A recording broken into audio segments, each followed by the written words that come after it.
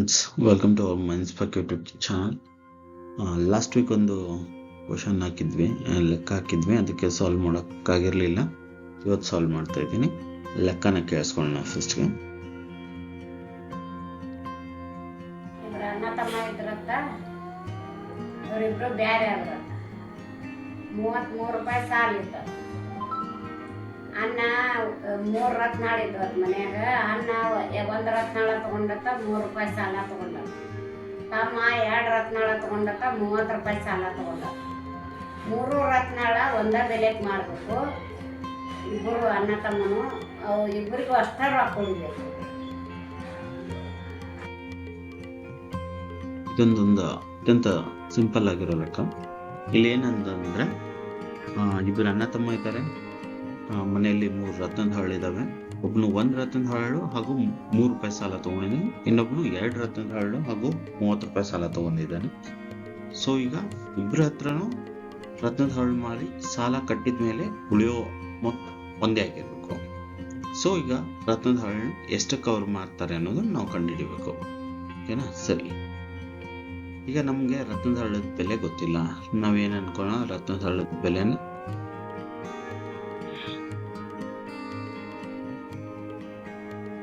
Y ಅನ್ಕೊಳ್ಳಿ. Okay, Y ಅನ್ಕೊಂಡ್ರೆ ರತ್ನದ ಹಳ್ಳಿನ ಬೆಲೆ ವಾಯ್ ಆದರೆ, ಈಗ ಅನ್ನನ ಬಳಿ ಎಷ್ಟಿತ್ತು, ಅನ್ನ ಎಷ್ಟು ತಗೊಂಡಿದ್ದಾನೆ, ನಿಮ್ಗೆ 1 ರತ್ನದ ಹಳ್ಳು ತಗೊಂಡಿದ್ದಾನೆ ಅಂದ್ರೆ 1 ವಾಯ್. ಮತ್ತೆ ಸಾಲ 3 ರೂಪಾಯಿ. ಓಕೆನಾ? ಈಗ ತಮ್ಮ ಎಷ್ಟು ತಗೊಂಡಿದ್ದಾನೆ, 2 ರತ್ನದ ಹಳ್ಳು ಹಾಗೂ 30 ರೂಪಾಯಿ ಸಾಲ. ಸೊ ಈಗ ಇವರಿಬ್ಬರ ಹತ್ರ ಉಳಿದಿರೋ ಮೊತ್ತ ಒಂದೇ ಆಗಿರ್ಬೇಕು. ಅಂದ್ರೆ ನಾವೇನ್ ಮಾಡ್ಬೇಕೀಗ, ಈ ತಮ್ಮನ ಬಳಿ ಇರೋ 2y - 30 ಅದು ಒಂದೇ, ಅನ್ನನ ಬಳಿ ಇರೋ y - 30 ಇದೆರಡು ಈಕ್ವಲ್ ಆಗ್ಬೇಕು. ಅಂದ್ರೆ ಇದನ್ನ ಸಾಲ್ವ್ ಮಾಡೋಣ. ಈಗ y ನ ಈ ಕಡೆ ತಗೊಂಡ್ ಬನ್ನಿ. 2y - y = 30 ಆ ಕಡೆ ಇದು 30, ಇಲ್ಲಿ 3 ಇದು ಸರಿನಾ? 30 ಆ ಕಡೆ ಹೋದ್ರೆ 30 - 3 ಅಂದ್ರೆ y = ಎಷ್ಟಾಯ್ತು, 27. ಅಂದ್ರೆ ರತ್ನದ ಹರಳನ್ನ ಮಾರಿರೋ ಮೊತ್ತ ಬಂದ್ಬಿಟ್ಟು 27 ರೂಪಾಯಿ. ಇದು ಸರಿಯಾಗಿ ಹೊಂದಾಣಿಕೆ ಆಗತ್ತ ನೋಡೋಣ. ಈಗ ಅನ್ನನ ಬಳಿ ಎಷ್ಟಿತ್ತು, 1 ರತ್ನದ ಹರಳು 27 ರೂಪಾಯಿ ಹಾಗೂ 3 ರೂಪಾಯಿ ಸಾಲ. ಅಂದ್ರೆ 27 3 ಹೋದ್ರೆ 24 ಉಳಿಯುತ್ತೆ.